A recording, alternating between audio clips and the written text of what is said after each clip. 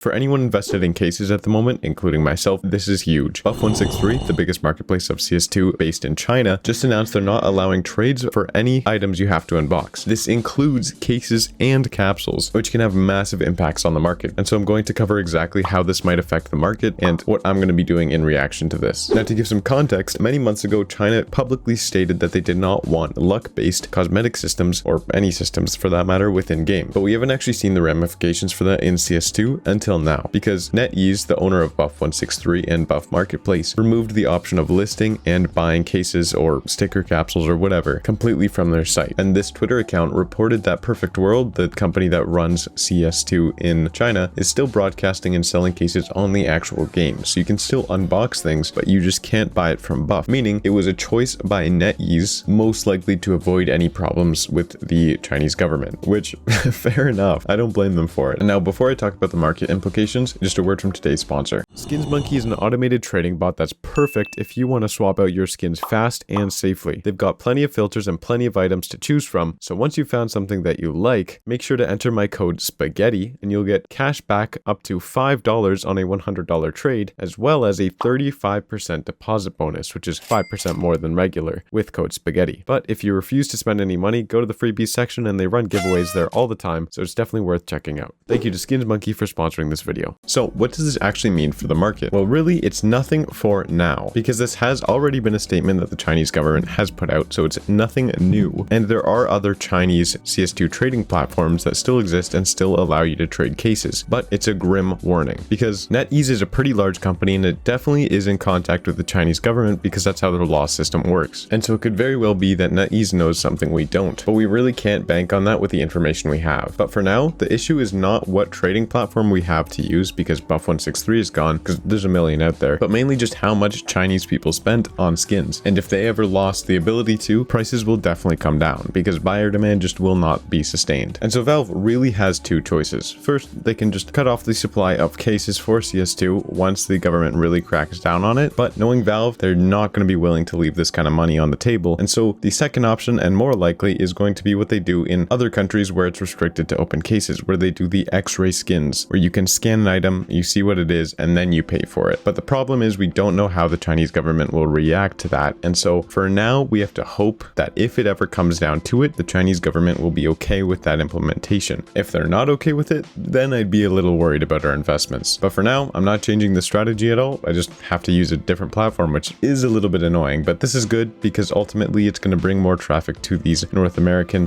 / European trading sites, which brings more competition, meaning better rates for us. But we'll see what happens. If you enjoyed, I would definitely appreciate a subscription. If not, don't. That's all though. Bye-bye.